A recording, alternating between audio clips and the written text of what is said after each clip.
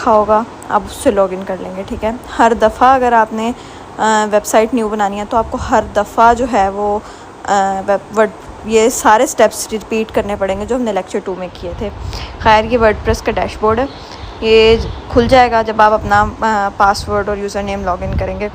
तो सबसे पहले वर्डप्रेस में होती हैं पोस्ट, पेजेस, दो किस्म की चीज़ें होती हैं। पोस्ट जो होते हैं वो हमें हमारे ब्लॉग्स बनाने के लिए यूज़ होते हैं। पेजेस जो होते हैं वो जो हमारी वेबसाइट पे अपेयर होते हैं, जैसे कि आप कोई भी वेबसाइट खोलेंगे उस पर जो अपेयर होते हैं। सबसे पहले मैं आपको एक थीम होता है एस्ट्रा, उसका इंट्रोडक्शन देती हूँ। सबसे पहले आप अपीयरेंस में जाएंगे, अपीयरेंस में जाने के बाद थीम्स में जाने के बाद ये थीम आपको नज़र आ रहा है एस्ट्रा, ठीक है। आपने इसको जो है वो एक्टिवेट कर लेना है। एस्ट्रा थीम हमेशा बेस्ट होता है वेबसाइट्स के लिए। कोई भी वेबसाइट है ना, अगर आपको कोई और थीम नहीं समझ में आ रहा तो एस्ट्रा थीम से आप पूरी वेबसाइट डिज़ाइन कर सकते हैं। ये बहुत यूज़फुल थीम होता है। इसके अलावा ये पेजेस आ गए। अब मैं आपको बताऊंगी कि पेजेस कैसे क्रिएट करने हैं।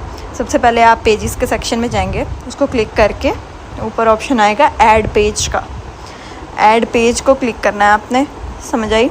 और उसके बाद आपने जो है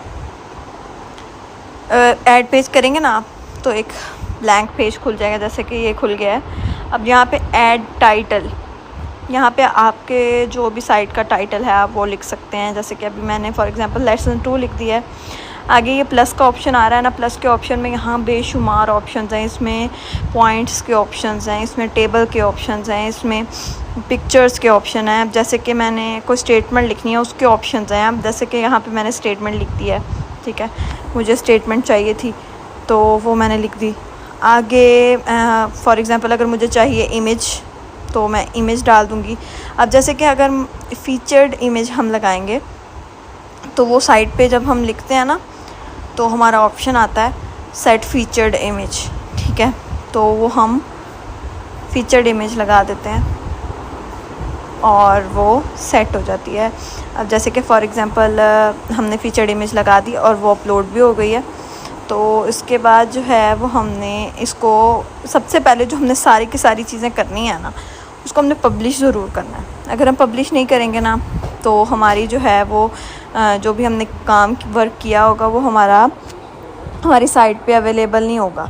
तो सबसे पहले हमने उसको पब्लिश कर देना है, ठीक है। अब जैसे कि ये देखें, जब हमने पब्लिश किया ये हमारी फ़ीचर्ड इमेज आ गई और उसके बाद हमारा लेसन 2 और जो है नीचे डाटा जो हमने लिखा था, ठीक है। फ़ीचर्ड इमेज हमें